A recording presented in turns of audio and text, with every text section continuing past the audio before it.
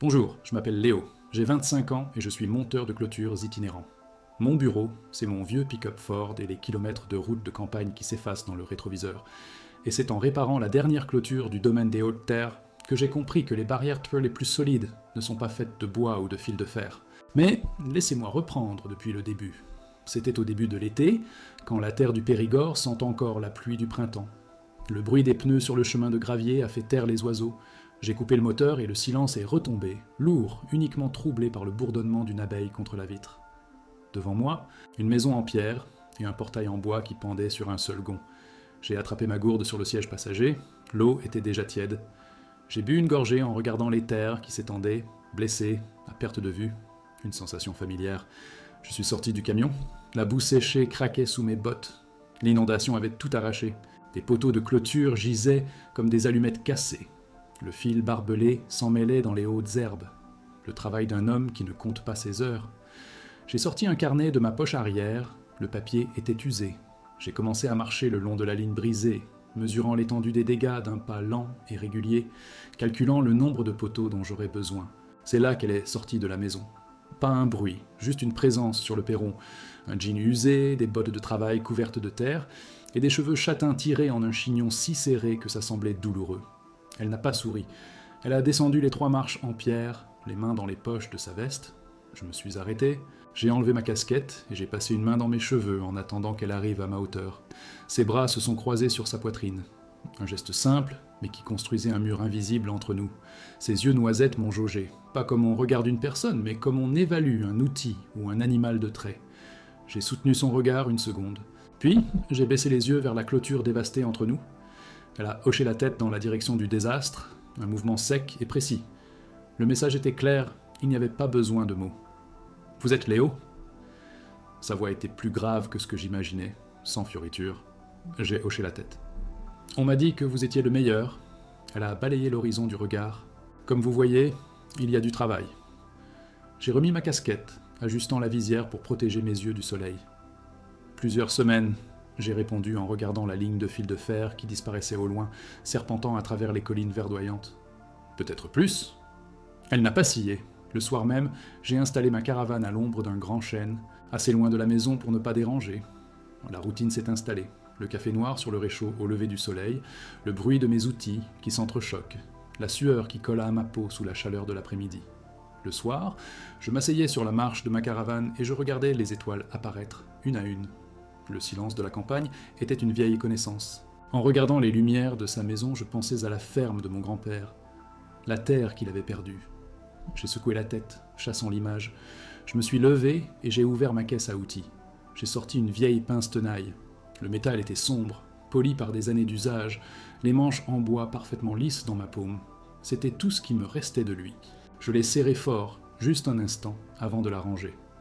Le lendemain matin, j'ai commencé le travail. Arracher les vieux poteaux pourris, creuser de nouveaux trous, tendre le fil jusqu'à ce qu'il chante sous la pression. C'était un travail physique, honnête, qui vidait la tête. Le martèlement régulier du maillet sur les piquets en bois d'acacia donnait un rythme à mes journées. Chaque poteau planté droit était une petite victoire contre le chaos laissé par la rivière en crue. Je ne pensais à rien d'autre. Parfois, je la sentais me regarder depuis le perron de la maison. Une silhouette immobile, les bras toujours croisés. Je ne tournais pas la tête. Je me concentrais sur le fil, sur le crampon que j'allais enfoncer dans le bois. Une fois, mon marteau a glissé, heurtant mon pouce. J'ai laissé échapper un juron étouffé, et j'ai eu l'impression d'entendre le léger grincement de sa chaise à bascule s'arrêter, puis reprendre son rythme lent et régulier. Vers midi, alors que le soleil tapait fort, elle s'est approchée. Elle tenait une carafe en verre, remplie d'eau, des gouttes de condensation perlaient sur la paroi froide. Elle l'a posée sur le sommet d'un poteau fraîchement planté, sans un mot. J'ai arrêté mon geste, le marteau en l'air, j'ai retiré mes gants, les ai glissés dans ma poche arrière et j'ai pris la carafe. L'eau était glacée. J'ai bu à grandes goulées, sentant son regard sur moi. « Je m'appelle Élise », a-t-elle dit quand j'ai reposé la carafe vide. Sa voix était neutre, simplement informative. « Léo », j'ai répondu en essuyant ma bouche du revers de la main. Elle a jeté un œil à la courte section que j'avais déjà réparée, puis au long chemin qui restait à faire. « Bon courage », a-t-elle ajouté avant de tourner les talons. Je l'ai regardée retourner à la maison, ses bottes laissant de faibles empreintes sur la terre humide. Mon travail ici ne faisait que commencer. Les jours se sont mis à s'étirer. chacun ressemblant au précédent. Le soleil se levait, je travaillais, et vers midi, Élise arrivait avec la carafe d'eau. Elle la posait sur un poteau, croisait les bras et regardait mon travail. Ses questions étaient courtes, toujours pratiques. La tension du fil, la profondeur des trous. Je répondais en enfonçant un crampon, le bruit sec du marteau ponctuant mes phrases. Elle hochait la tête et repartait. Une après-midi, elle a apporté un thermos à la place de la carafe. « Café » a-t-elle dit. « Il va pleuvoir. » J'ai levé les yeux vers le ciel, qui était d'un bleu parfait. J'ai dévissé le bouchon. L'odeur était forte, amère. J'en ai versé dans le gobelet en plastique et j'ai bu une gorgée. C'était brûlant. Elle n'a rien ajouté. Elle laisse rester là, à regarder les nuages qui n'existaient pas encore, ses mains enfoncées dans les poches de son jean. Nos conversations se sont allongées d'1 ou 2 phrases chaque jour. On parlait du sol, trop argileux à cet endroit, ou d'un renard qu'elle avait vu près du poulailler. Pendant qu'on parlait, je continuais de travailler, mes mains toujours en mouvement. Je déroulais le fil de fer, je le tendais, je le fixais. Elle arrachait une mauvaise herbe d'un geste sec ou repoussait une mèche de cheveux que le vent avait libérée de son chignon. Un jour, en déroulant une nouvelle bobine de fil barbelé, j'ai sorti ma vieille pince tenaille de sa pochette en cuir. Le métal sombre a brillé un instant au soleil. J'ai senti le bois poli des manches dans ma paume, une chaleur familière. J'ai attrapé le fil, je l'ai coupé net. J'ai senti son regard sur l'outil, une seconde de plus que d'habitude. Elle n'a rien dit, mais elle a froncé les sourcils, un pli presque invisible entre ses yeux.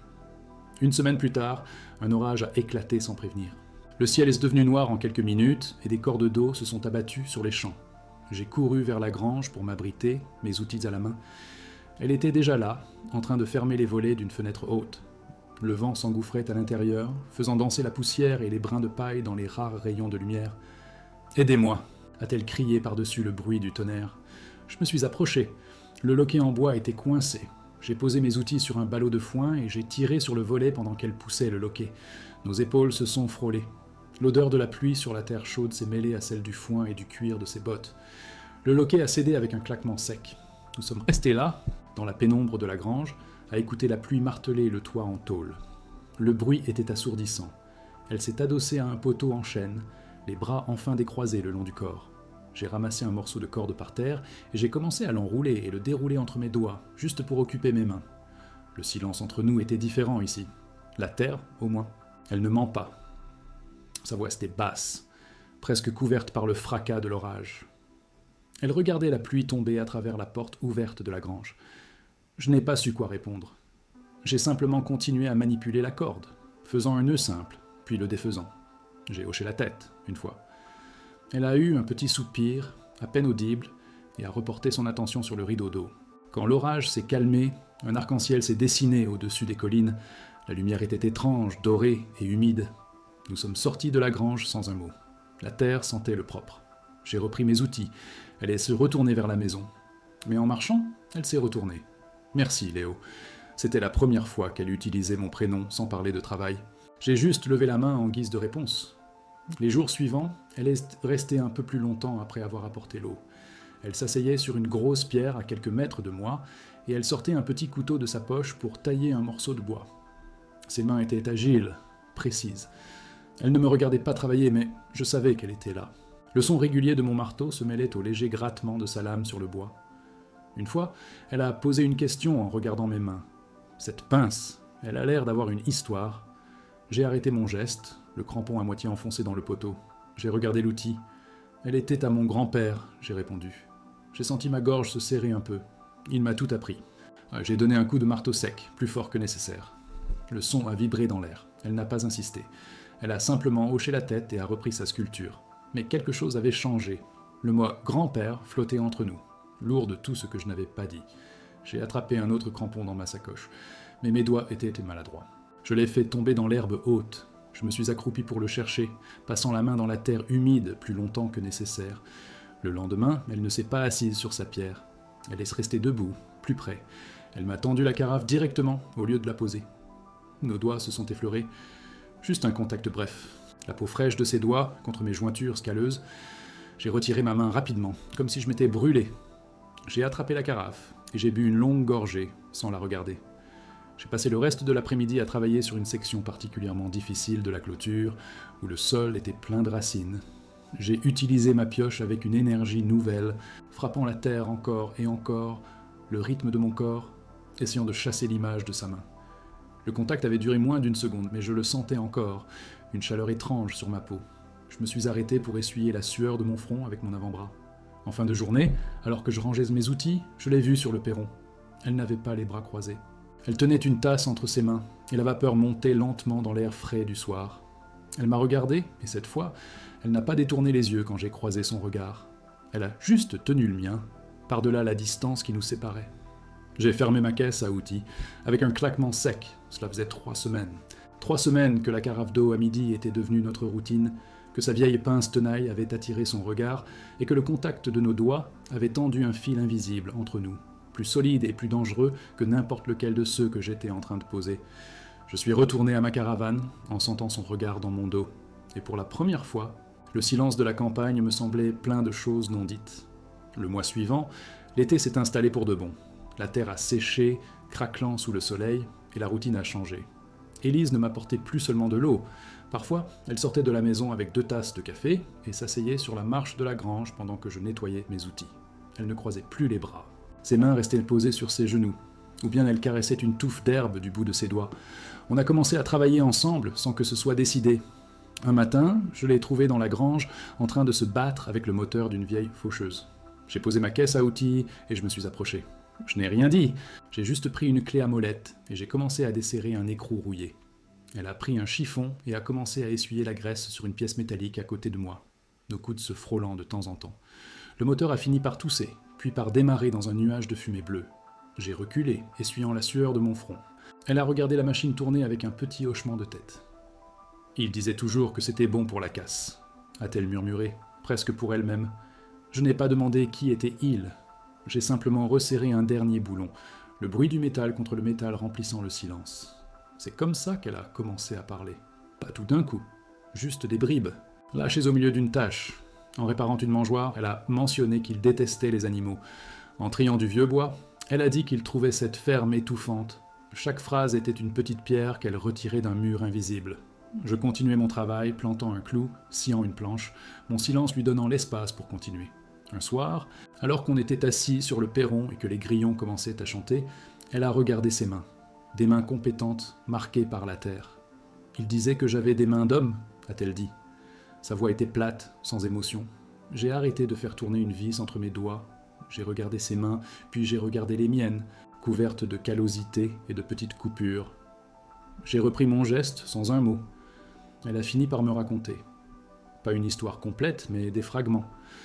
Un homme dont la voix était douce en public et dure entre 4 murs. Un homme qui lui avait fait croire que cette terre, son héritage, ne valait rien, qu'elle ne valait rien sans lui. Pendant qu'elle parlait, je me suis levé et j'ai commencé à resserrer une lame de plancher qui grinçait sous sa chaise à bascule, juste pour avoir quelque chose à faire. J'ai sorti ma vieille pince tenaille de ma poche. Le bois des manches était chaud dans ma paume. J'ai arraché le vieux clou tordu avec un mouvement sec et précis. Elle a arrêté de parler et a regardé l'outil dans ma main. « Au moins, certaines choses sont faites pour durer », a-t-elle dit doucement. J'ai enfoncé un clou neuf, 2 coups de marteau net et le grincement a disparu. Elle n'a plus rien dit ce soir-là. On est resté là, à regarder le ciel passer du violet au noir d'encre. Le seul bruit était le balancement lent de sa chaise et le chant des insectes dans les champs. J'ai rangé la pince dans ma poche, mais je pouvais encore sentir la forme du bois contre ma cuisse. Je n'avais rien réparé de vraiment important, mais le silence sur le perron semblait plus léger. Les semaines qui ont suivi, on a trouvé une sorte de rythme. Le matin, la clôture. L'après-midi, les petites réparations autour de la ferme. Une porte de grange qui fermait mal, une gouttière percée, le loquet du poulailler. Des choses simples. On travaillait côte à côte, se passant les outils sans avoir besoin de parler. Sa présence était devenue aussi familière que le poids de mon marteau. Un jour, elle m'a tendu la pince tenaille de mon grand-père. Je l'avais laissée sur un établi. Ses doigts ont effleuré les miens en me la donnant. « Il aurait été fier de vous », a-t-elle dit. J'ai pris l'outil, le métal était encore frais. J'ai regardé le long de la clôture que j'avais presque terminée, une ligne droite et solide qui protégeait ces terres. J'ai simplement hoché la tête, la gorge trop serrée pour répondre. Je me suis surpris à remarquer des choses nouvelles, la façon dont une mèche de cheveux s'échappait toujours de son chignon quand elle se penchait, la petite cicatrice sur son menton qui devenait visible sous la lumière du soir.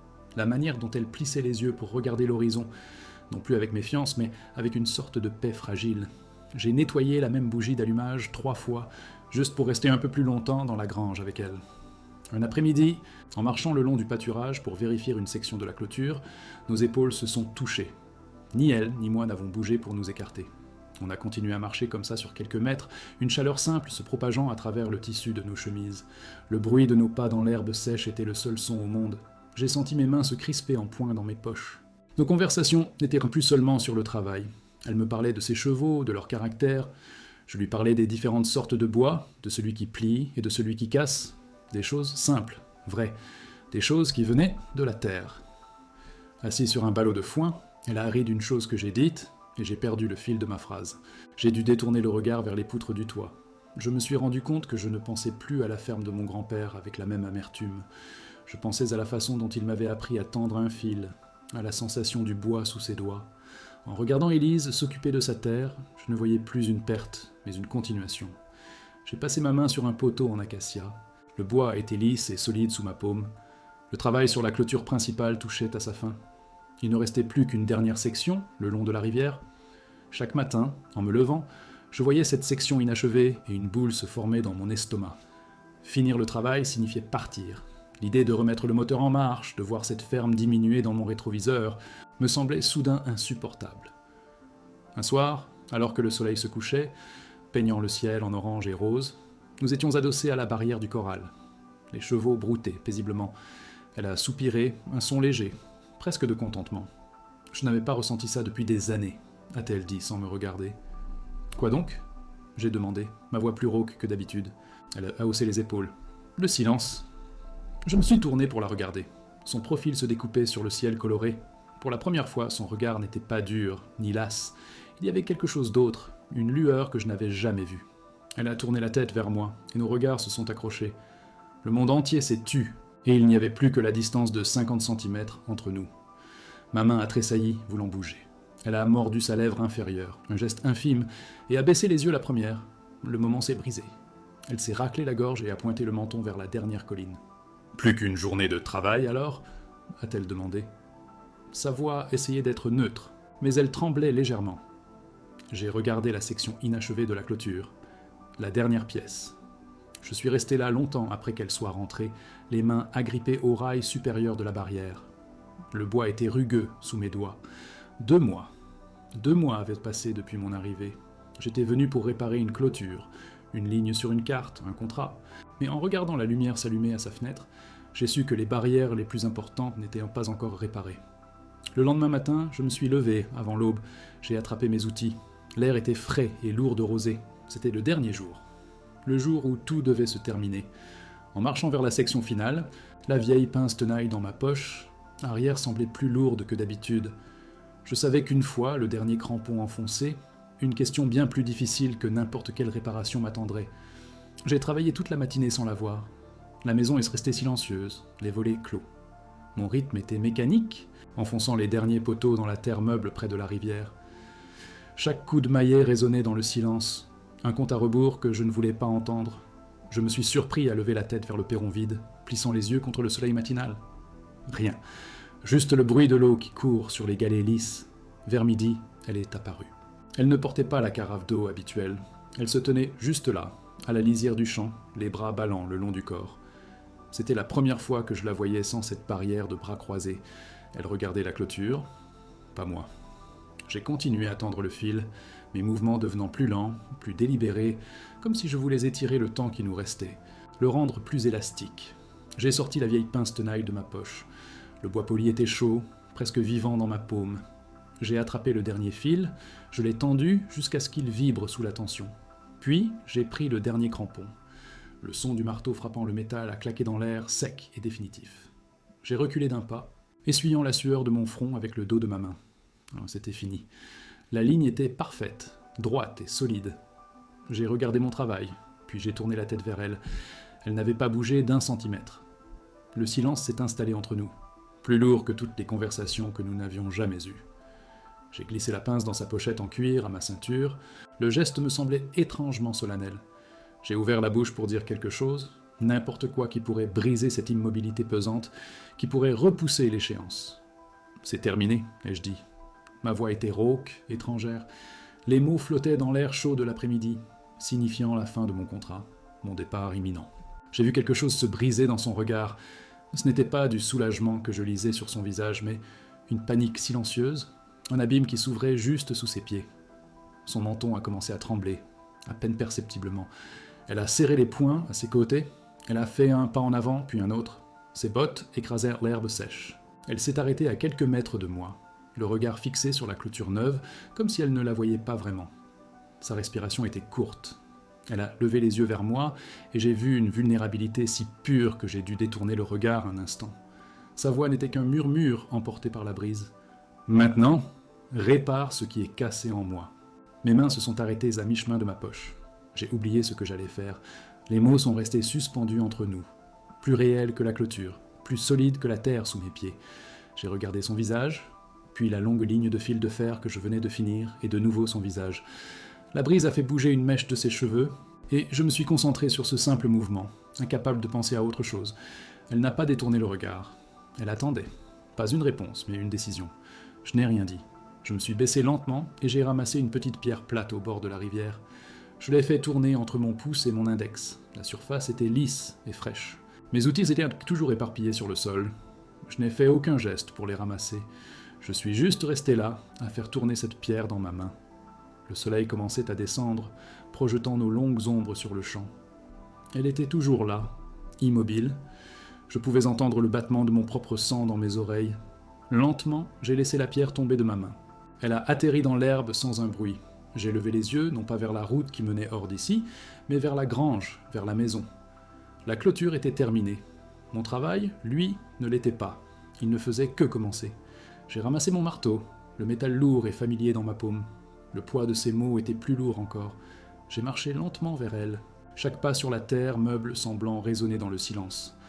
Elle me regardait approcher, les mains ouvertes à ses côtés, une posture si inhabituelle pour elle que j'ai dû me concentrer sur le bruit de mes propres bottes pour ne pas m'arrêter. La distance entre nous semblait immense. Elle a reculé d'un pas quand je suis arrivé à sa hauteur, comme si elle regrettait déjà sa vulnérabilité. Ses bras se sont croisés sur sa poitrine, un réflexe, la barrière qu'elle connaissait si bien. Elle a secoué la tête. « Oubliez ça, c'était stupide. Le travail est fait, Léo.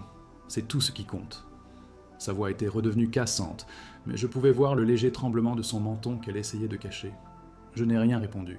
Je l'ai dépassé et j'ai commencé à rassembler mes outils, un par un. Le cliquetis du métal contre le métal était le seul son, chaque outil que je rangeais semblant marquer une étape vers mon départ. Je l'entendais respirer derrière moi, un souffle court et irrégulier. Je me suis attardé sur une clé, la nettoyant avec un chiffon même si elle était déjà propre, juste pour retarder l'inévitable. « Vous êtes jeune ?»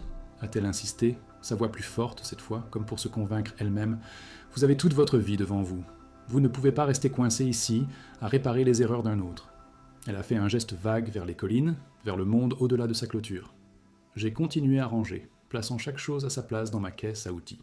Je me suis arrêté, le dos toujours tourné vers elle, une tenaille à la main. J'ai serré le métal froid. « Et vous ?» ai-je demandé sans me retourner. « C'est ça, votre vie ? Rester coincé ici ?» J'ai déposé la tenaille dans la caisse avec un bruit sourd, et je me suis enfin retourné pour lui faire face. Son regard était un mélange de colère et de peur. Elle a ouvert la bouche, puis l'a refermée sans un mot. Elle m'a suivi des yeux alors que je portais ma caisse à outils vers la grange, non pas vers mon camion. Je l'ai posée sur un ballot de foin. « Cette terre », a-t-elle murmuré, presque à bout de souffle. « Ce n'est pas votre combat, Léo. » Ces mots étaient une dernière tentative de me repousser, de me protéger de son propre chaos. Elle s'est adossée au montant de la porte, comme pour se soutenir. Je me suis approché d'elle, m'arrêtant à un bras de distance. J'ai regardé ses mains, serrées en poings si forts que ses jointures étaient en blanches. Puis j'ai regardé la ferme, les bâtiments, les champs qui ondulaient sous la brise du soir. « Peut-être pas », ai-je dit doucement. « Mais je sais reconnaître un travail inachevé quand j'en vois un. » Mon regard est revenu sur elle, et cette fois, elle n'a pas détourné les yeux. Un long silence s'est écoulé. Elle a finalement relâché ses poings. Ses épaules se sont affaissées. « Je ne sais même pas par où commencer », a-t-elle avoué, sa voix à peine un murmure. « Tout est brisé. » Et elle a baissé les yeux vers ses bottes couvertes de boue, comme si le poids du monde venait de s'abattre sur elle. J'ai senti le besoin de bouger, de faire quelque chose avec mes mains. Je me suis dirigé vers le perron de la maison. C'était la première fois que je m'en approchais autant. J'ai posé le pied sur la marche du bas, puis sur la deuxième.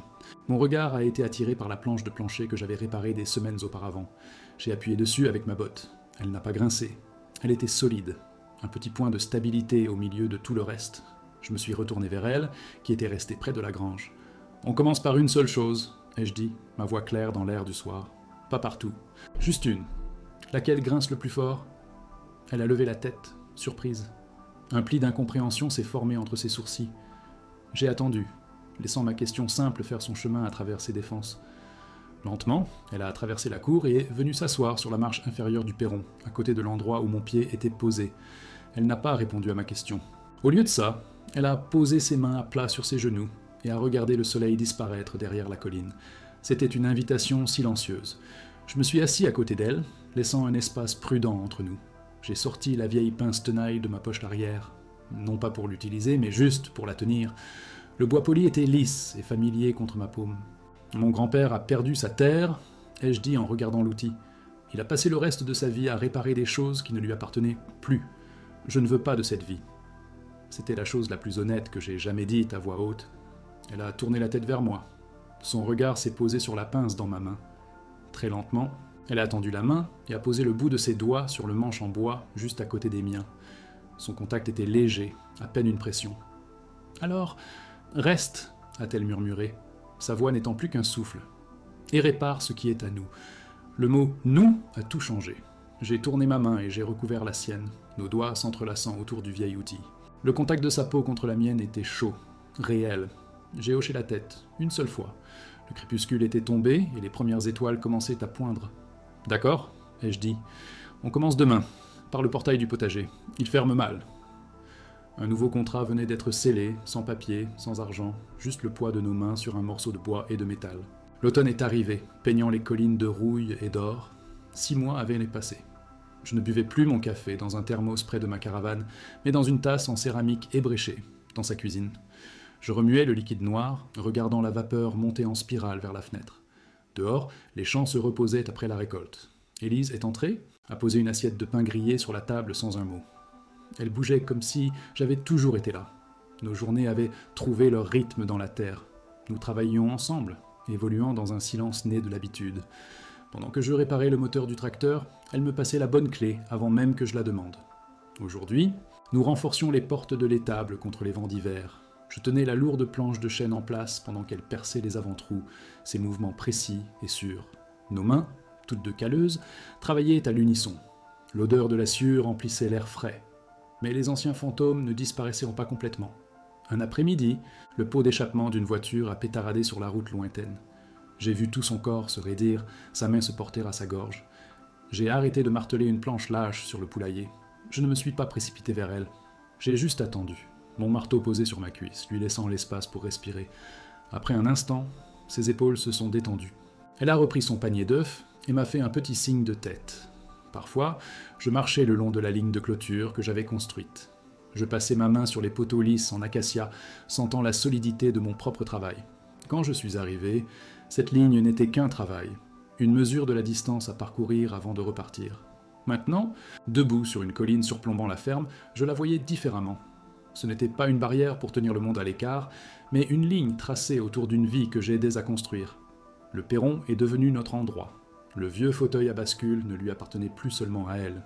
Certains soirs, je m'y asseyais pour huiler une pièce de harnais en cuir, pendant qu'elle lisait sur les marches, le dos appuyé contre mon genou. Nous parlions rarement beaucoup. Le silence partagé, autrefois un espace de méfiance entre nous, était maintenant rempli du poids confortable de tout ce que nous avions bâti. La chaise grinçait doucement sur les planches usées, un son devenu familier. Un jour, j'ai décroché la vieille pince tenaille de ma ceinture. Son poids était si familier, une partie de moi depuis des années. Je suis entré dans la maison et j'ai planté un seul clou solide dans la lourde poutre en chêne au-dessus de la cheminée. J'y ai suspendu la pince. Élise m'a regardé depuis l'embrasure de la porte de la cuisine, s'essuyant les mains sur un torchon. L'outil n'était plus pour une vie sur la route. Il était à la maison. Cette nuit-là, le premier gel a argenté les champs. Nous sommes restés dehors, enveloppés dans des couvertures, regardant notre souffle se transformer en fumée dans l'air glacial. Le ciel était clair, rempli d'1 million de points de lumière acérés. Elle a appuyé sa tête contre mon épaule. J'ai arrêté de tracer les constellations avec mon doigt, et je l'ai simplement tenu contre moi, sentant sa chaleur à travers la laine épaisse. Le monde était vaste et froid, mais ici, tout était exactement à sa place. Le lendemain matin, le sol était dur sous mes bottes. L'hiver était là. J'ai regardé la terre silencieuse, vers les arbres nus et les champs en sommeil. Il y avait tant à faire avant le printemps, tant à entretenir, à protéger, à préparer. J'ai attrapé un seau de grains, lance froide dans ma main. Élise est sortie et s'est tenue à côté de moi. Nous avions du travail à faire et pour la première fois de ma vie, cela ressemblait à une fondation.